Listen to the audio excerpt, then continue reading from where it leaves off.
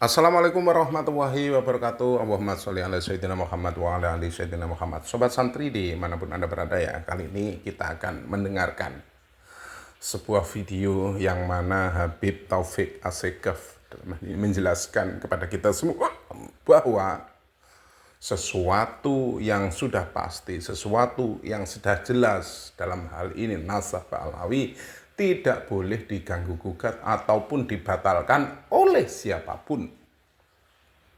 Dan bagaimana nanti tanggapan-tanggapan ya tentang ucapan beliau Kiai Haji Imaduddin Utsman Al-Bantani dan Gus Bah dalam ini akan menjelaskan apakah benar sesuatu yang sudah pasti itu tidak boleh dibatalkan.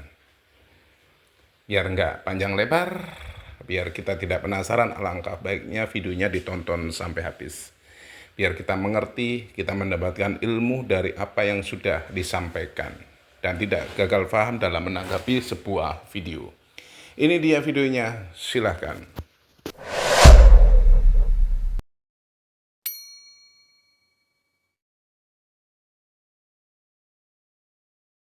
Segala sesuatu yang jelas kalau diperdebatkan menjadi nggak jelas. Karena itu Nabi SAW menyatakan, ma dhalla qaumun ba'da hudan illa kanu utul jadal. Tidak ada manusia menjadi sesat setelah dia dari itu tahu kebenaran kecuali karena banyak debat. Paham ya? Nanti sholat diperdebatkan, nanti puasa diperdebatkan, nanti hijab diperdebatkan. Yang sudah jelas jangan diperdebatkan. Paham ya? Semakin tidak jelas itu namanya syubhat. Syubhat itu orang yang membuat keruh, membuat gaduh. Paham ya? Membuat gaduh. Ya jangan mau dong. Udah bersih, udah jernih dibuat gaduh mau. Gila saudara. Karena itu kesesatan itu terjadi setelah jelas karena banyak debat. Jangan memperdebatkan yang sudah jelas. Percuma. Tambah menjadi sesat, bukan menjadi ilmiah. Tapi memang ada orang-orang yang seperti itu. Ada orang-orang yang memang begitu, ada. Karena kita nggak menuduh bayaran atau tidak, memang ada orang yang menjadikan hal yang yakin menjadi ragu, bukan mengajarkan keyakinan semakin mantap. Ada begitu. Ada orang dia tadi itu terpengaruh, ada orang dia itu mempengaruhi. Paham ya?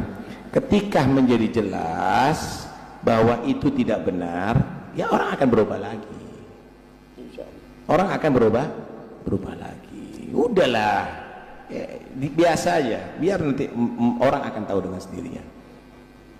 Bohong ditutupi, tambah bohong, tambah bohong, tambah bohong. Lama-lama, oh pendusta ini. Orang akan tahu nanti. Paham ya? Nah, minta ini sudah jelaskan ini, oh percuma. Sekalipun ulama seluruh dunia berkata apapun, saya tetap, ya sudah. Ada apa inti ladeni? Tidak perlu diladeni. Tidak perlu diladeni. Udahlah, kita nggak perlu bicarakan fulan atau fulan. Belajar seperti begini ini membersihkan hati, menenangkan jiwa. Nggak usah urusan itu. Karena itu kalau cari ilmu, belajar. Jangan di Google, jangan di medsos. Inti kalau cari ruwet ke situ.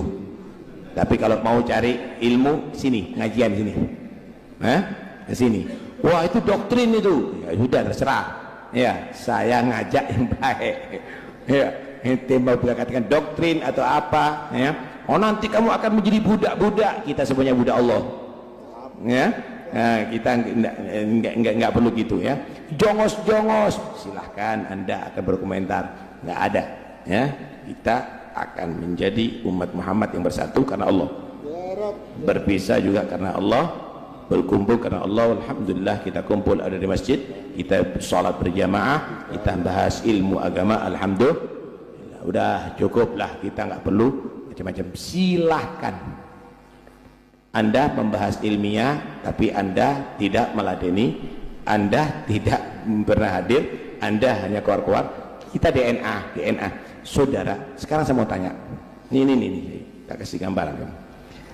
mereka yang sudah melakukan DNA, coba suruh minta ke nagobah yang ada di dunia ini, bisa diisbat nasab dengan DNA-nya dia? Nggak bisa, saudara. Ini ngawur. Ini ngawur.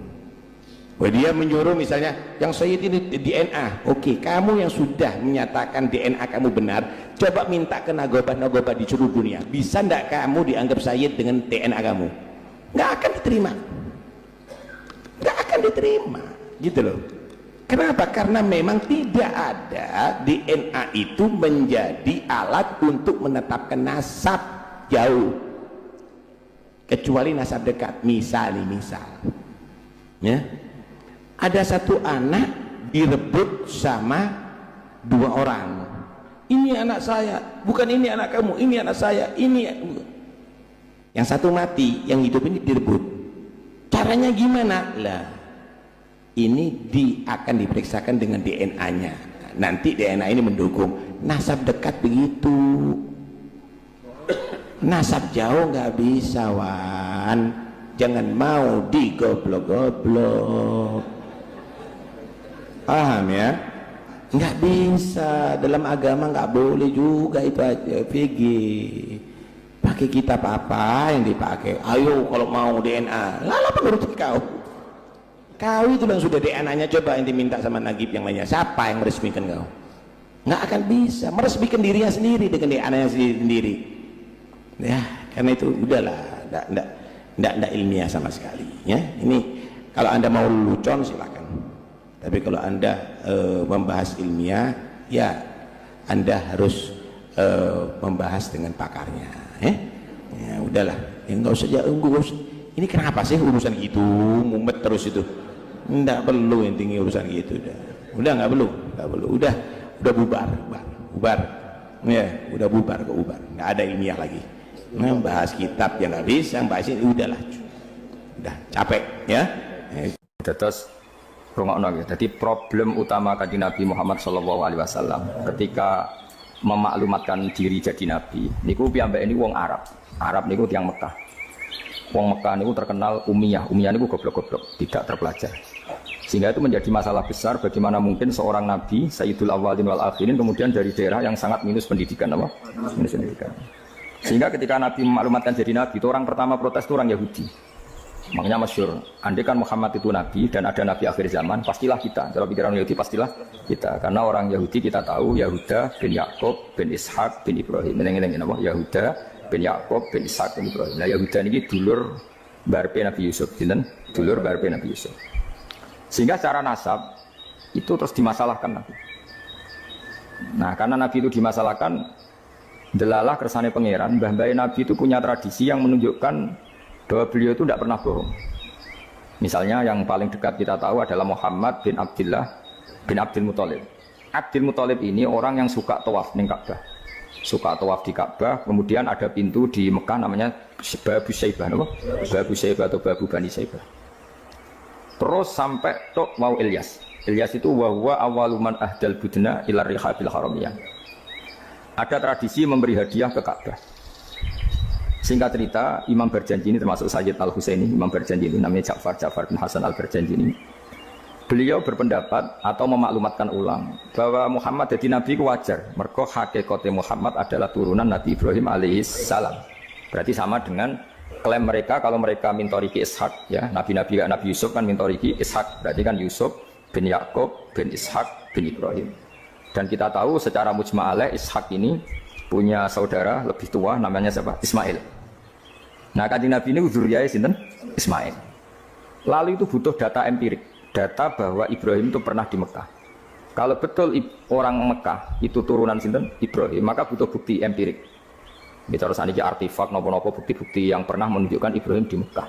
Ini terus dijawab pangeran ketika orang Yahudi meragukan status nasabnya sinten Nabi Muhammad, terus pangeran rangno fihi ayatum bayyinatum maqamu Ibrahim, bahwa Ibrahim benar-benar pernah di Mekah, di situ ada batu yang pernah diinjak Nabi Ibrahim. Jadi maqam itu bukan kuburan tapi apa? Sesuatu yang pernah didomisali, ya atau pernah diinjak. Jadi malah itu darani maqam Ibrahim itu batu yang diinjak Nabi Ibrahim ketika bangun apa? Ka'bah. Ya karena mukjizat terus bekas. Dan bekas itu mulai dulu orang yakin dan pasti itu sisa atau bekasnya kakinya Nabi Ibrahim. Lana Ibrahim nate urip teng Mekah karena sampai bangun Ka'bah, apalagi dulu bangunnya pasti lama. Berarti mungkin sekali Ibrahim meninggalkan zuriyahnya di Mekah. Makanya Quran terus cerita bahwa Ibrahim niku ngendikan ketika mau meninggalkan Mekah, inni askantu min dzurriyyati biwadin ghairi dzar'in inda baitikal muharram. Terus ada kepastian, makanya Quran ayat-ayat itu masih menjawab keraguan orang Yahudi bahwa Muhammad kenapa jadi nabi, dia itu anaknya siapa, turunannya siapa. Padahal di Taurat dan Injil jelas aturan nabi itu zuriyatam ba'duha min ba'd. Enggak boleh nabi turunannya Parlan itu tidak boleh, turunannya Karmen itu tidak boleh, ribet. Apa? Ribet. Nabi itu harus turunan nabi. Bukan karena Allah itu asobia, enggak. Masyarakat itu lebih ikhlas. Misalnya nabi, turunannya nabi, bayi nabi hormat kan enak. Bapaknya soleh, bayi soleh, buyute soleh. Misalnya nabi sebagai Karmen katokan cekak kan juga bingung. Orang dihormati bapaknya nabi, dihormati katokan cekak main gaplin, kan juga bingung. Jadi aturannya harus itu. Nah kiai oleh kiai kan tidak maksum, derajatnya nggak di bawah. Pemenang kiai maklar tambah oleh, soalnya oleh. Ini masalahnya nabi apa? Orang yang spesial. Itu harus bapaknya spesial, bahnya spesial, buyutnya spesial. Sehingga aturan jadi nabi itu memang harus dzurriyyatam ba'duhan. Kalau kiai boleh, kemudian maklar tambah boleh, tapi kalau nabi tidak boleh. Nah, aturan-aturan itu ada di Taurat dan Injil. Makanya yang pertama soal orang Yahudi, kalau Muhammad nabi itu bapaknya siapa, mbahnya siapa. Dan Sayyid Barjanji ini yang ngarang Barjanji itu kitab yang sangat ilmiah. Makanya kata Mbah Mun, meskipun ada sing tuduror, orang itu nggak boleh meninggalkan Barjanji karena kitab madaih yang mamlu'ah bil ilmi itu Barjanji. Tapi yang isek itu simtuduror, ya. Tapi yang tua itu berjanji. Namanya alhamdulillah kita mbah piro kadar itu dibaca semua. Meskipun nggak paham semua, soalnya diwaca kabeh. Karena kita yang bisa menjawab tuduhan orang Yahudi Nabi anak Esopo itu kita berjanji. Berjanji tahu betul kalau masalah utama Nabi adalah anaknya siapa, mbahnya siapa. Makanya beliau ngendikan wa ba'du fa'qulu wa Muhammad bin Abdullah. Logikanya gampang. Kalau orang modern saja tahu bapaknya siapa, mbahnya siapa, buyutnya siapa, itu artinya nggak ada yang fiktif. Ukuran sejarah fiktif ndak itu ditandai dengan satu kuburan, dua artefak. Itu nggak mungkin nama-nama itu fiktif. Buktinya apa? Di Ka'bah mulai dulu zaman Quraisy ada Babu Bani Saibah, Babu Bani, dan Abdul Muthalib namanya itu Saibah. Karena mulai kecil beruban. Jadi kata Saibah mulai kecil apa beruban. Karena perilakunya terpuji terus orang Mekah darani Saibatul Hamdi, apa? Saibatul Hamdi. Nah karena dia pernah melayani saudaranya Hashim namanya Muthalib. Ya kita tahu Muhammad bin Abdullah bin Abdul Muthalib bin Hashim. Nah Hashim ini punya saudara namanya Muthalib, no? Nah Abdul Muthalib kecil itu pernah derek Muthalib pamannya, ya. Abdul Muthalib kecil berarti Saibah ini, apa? Pernah derek pamannya yang bernama Muthalib. Nah, Muthalib wongnya gaya, pasti takoki wong, "Iwa pam budakku." Nah, sehingga Saibah itu terus diceroh Abdul Muthalib. Ya rodok sial lah sini. Jadi pamannya itu gaya kan ganteng. Saibah ini ganteng. Kalau jalan-jalan sama pamannya, jenenge sinten? Muthalib. Iku diaku budake. Iki sapa? Abdi budak. Terus akhirnya jenenge Abdul Muthalib. Jadi wong Arab paham ya? Tapi namanya Saibah, nama Saibat. Makanya wasmuhu Saibatul Hamd. Ini Pak, saya dapat manuskrip, dapat Kutubung Qayyimah, ada kitabnya di abad 6 bahwa nasab mereka palsu. Ini buktinya, banyak kitab-kitabnya. Tidak percaya itu. Kan ada di dalam Al-Quran, lam yakunil ladina kafaru min ahlil kitabi wal musyrikina munfakkina hatta ta'tiyahumul bayina pun munfakkin, enggak berhenti-berhenti. Rasulun minallahi yatslu suhufan mutahharah. Padahal sudah ada utusan yang bacain kitab suhufan mutahharah. Kalau sekarang memanuskrip gitu, tetap aja enggak percaya. Wa ma tafarraqal ladzina utul kitaba illa min ba'di ma ja'athumul bayyinah. Akhirnya yang bisa baca-baca kitab juga itu berbeda-beda pendapat. Dengan adanya tesis saya ini, yang bisa baca kitab pun berbeda-beda pendapat. Kenapa berbeda-beda pendapat? Karena ada kitab yang menerangkan mereka nyambung. Kitab apa itu? Kitab setelah mereka mengaku yang ditulis oleh mereka sendiri. Namanya kitab Al-Burqatul Musyiqah. Jadi di abad 9 Hijriah mereka ngaku turunan Nabi bikin kitab. Saya nama Ali, bapak saya bin Abu Bakar bin Abdurrahman bin Muhammad Maulad Dawilah bin Ali Sahibid Dara bin Alwi bin Al-Ghayur bin Faqih Muqaddam bin Ali bin Muhammad Sahib Birbat bin Ali Qoli Qosam bin Alwi bin Muhammad bin Alwi bin Ubaid Ubaid ini kemudian disambungin kepada keluarga Nabi, katanya bin Ahmad bin Isa. Luhur mereka namanya Ubaid. Ubaidnya Ubaid bin Isa saja, nggak ada Ahmadnya.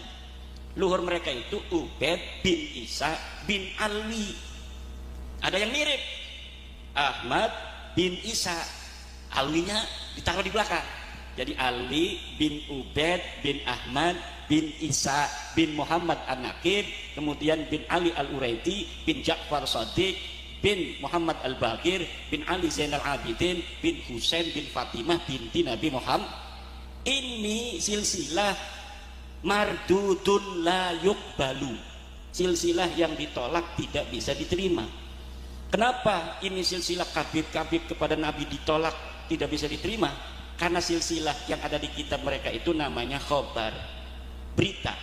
Berita itu mahtamala sidqa wal kadhibah, sesuatu yang mungkin saja benar, mungkin saja salah.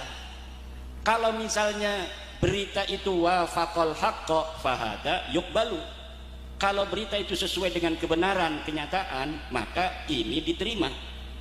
Ada berita ma khalafal haqqa fahada yuraddu, berita yang tidak sesuai dengan kebenaran, ini harus ditolak. Ada lagi ma la yu'rafu muwafaqatuhu wala mukhalafatuhu al haqqa hada yutawaqqafu, ada berita yang tidak bisa diverifikasi kebenaran dan kesalahannya, maka ini harus ditangguhkan.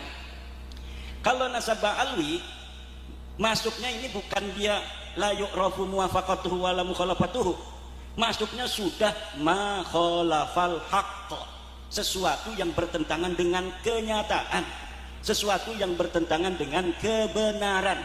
Kata ulama, berita yang ma khalafal haqq hada yuraddu, ini harus ditolak. Bertentangan dengan kebenaran dari mana? Bertentangan dengan 4 kebenaran. Kebenaran pertama, nasabah alwi bertentangan dengan kebenaran kesimpulan ilmiah kajian pustaka kitab-kitab nasab dari abad ke-4 sampai abad 9. Bertentangan semua. Kan ini Ahmad bin Isa yang di Cangkok ini adanya di abad ke-4 Hijriah. Adanya di abad 4 Hijriah, dia hidup abad ke-3, meninggal abad ke-4. Maka untuk memverifikasinya kita ambil kitab abad ke-3 dan abad ke-4. Kitabnya ada, kitab sejarah-sejarah Ahmad bin Isa, anaknya berapa ada, abad ke-3, ke-4, ke-5, ke-6, ke-7, ke-8, ke-9. Saya kumpulkan semua dalam teori sejarah namanya heuristik. Apabila kita ingin meneliti sebuah peristiwa sejarah, maka harus kita lakukan pertama itu heuristik, mengumpulkan seluruh bahan-bahan sumber-sumber sejarah yang berkaitan dengan peristiwa sejarah itu. Karena mereka mengaku di abad 9 Hijriah, namanya Ali As-Sakron, yang diaku di abad ke-3 dan ke-4, maka kita cari kitab-kitab dari mulai abad 9 ke bawah sampai abad ke-3 dan ke-4.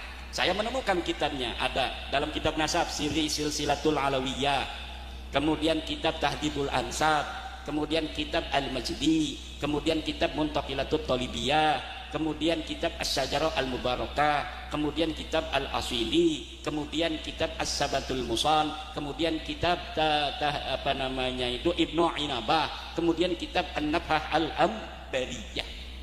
Itu kitab-kitab nasab.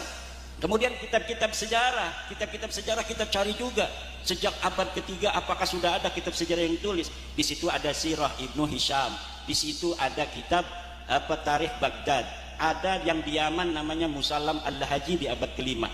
Di Yaman juga ada Ibnu Samurah, namanya kitab Tabaqatu Fuqaha'il Yaman. Ada kitab Al-Janadi, ada kitab Al-Iqlil, ada kitab Al-Kamil fit Tarikh dan lain sebagainya. Semuanya saya baca, saya cari. Ini seorang namanya Ubaid yang ngaku anak Ahmad bin Isa. Apa bener dia anaknya Ahmad bin Isa? Boro-boro menemukan dia anaknya Ahmad bin Isa, uang-uangnya bae laka, uangnya orono, sosoknya ini tidak ada. Bagaimana bisa menemukan kesimpulan sosoknya tidak ada? Karena dia mengaku adanya di Yaman pada abad ke-4. Kalau ngakunya di Yaman abad ke-4, abad ke-4, ke-5-nya sudah ada kitab yang menerangkan tentang fuqaha Yaman, namanya Ibnu Samurah Al-Ja'di. Kata kita Ba'lawi, ini Ubed ini imaman mujtahidan, ulama besar yang jadi mujtahid. Lah kalau misalnya mujtahid masuk dong dalam kitab Tabaqat Fuqaha'il Yaman, silakan cari bapak-bapak di internet, truk Tabaqat Fuqaha'il Yaman abad kelima Ibnu Samurah Al-Jadi, nggak ada itu sosok Ubed itu. Kemudian katanya dia punya apa namanya itu cucu namanya Muhammad Shahib Mirbat, pada abad ke-7 meninggalnya.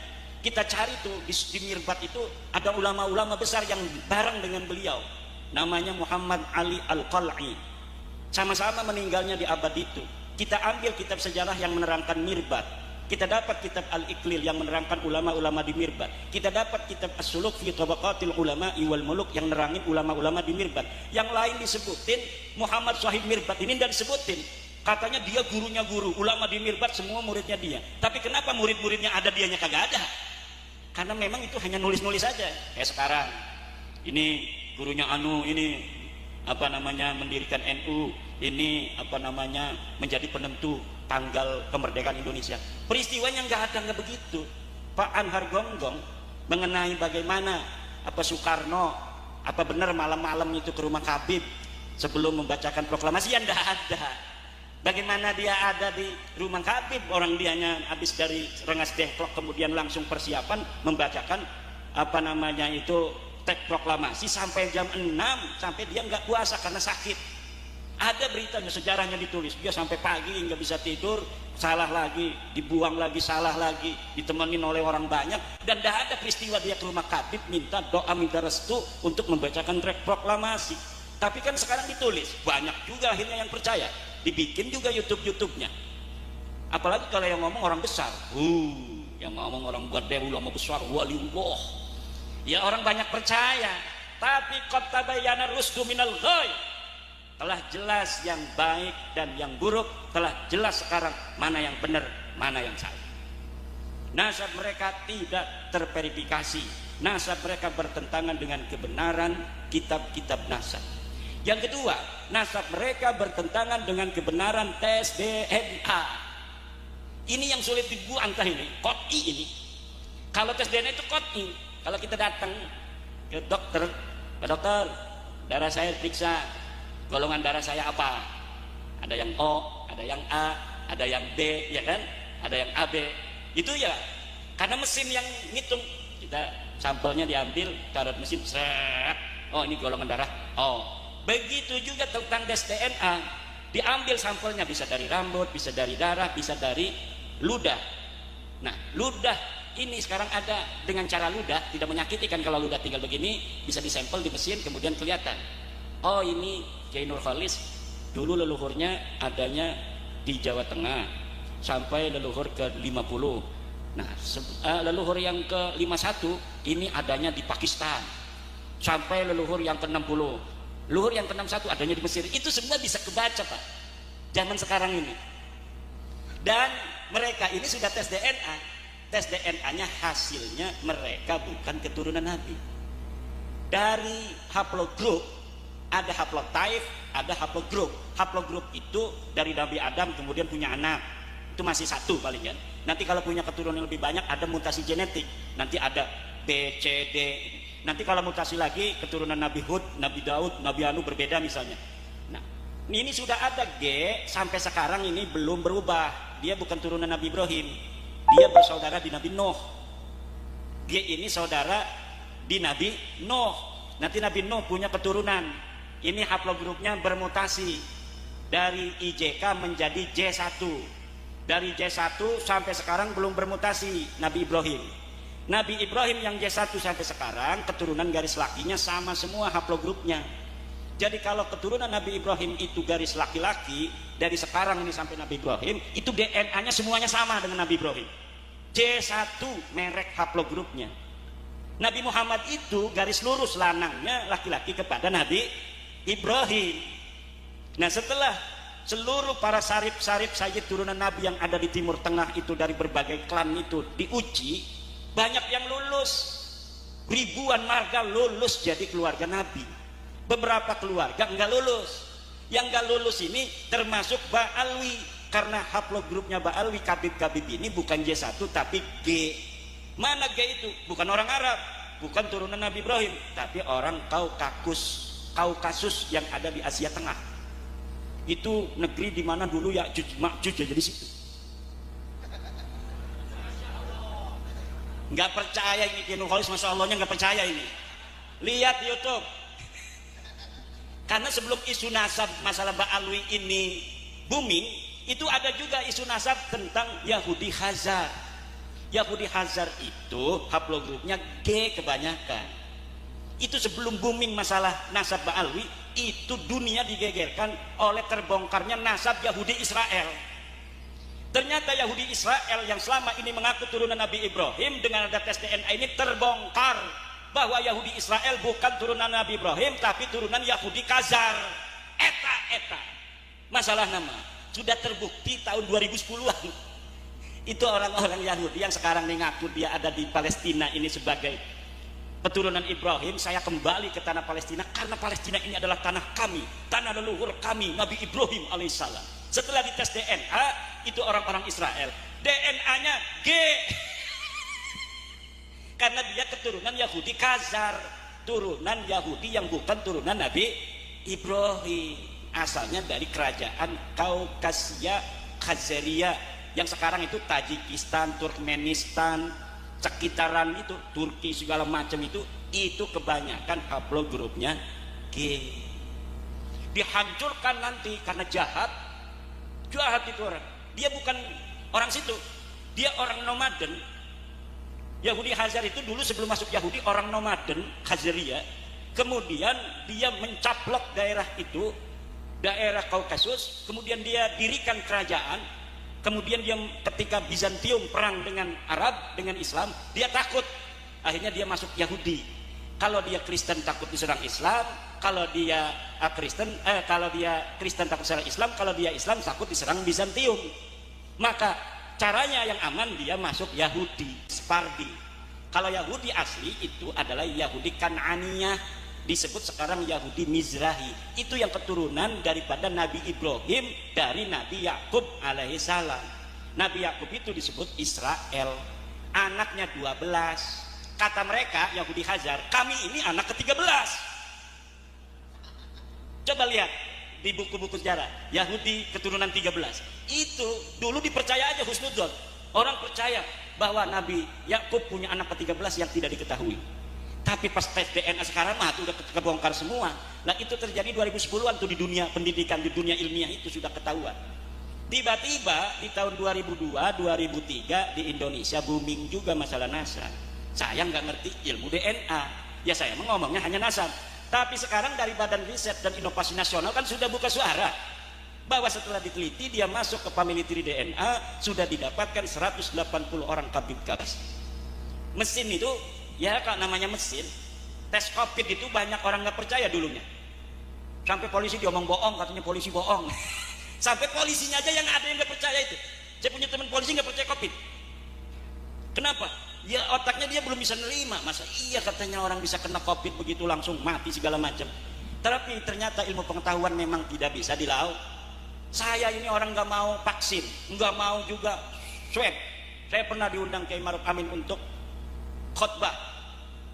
Anaknya ngebel, katanya suruh apa? Suruh khutbah. Nggak mau. Kenapa?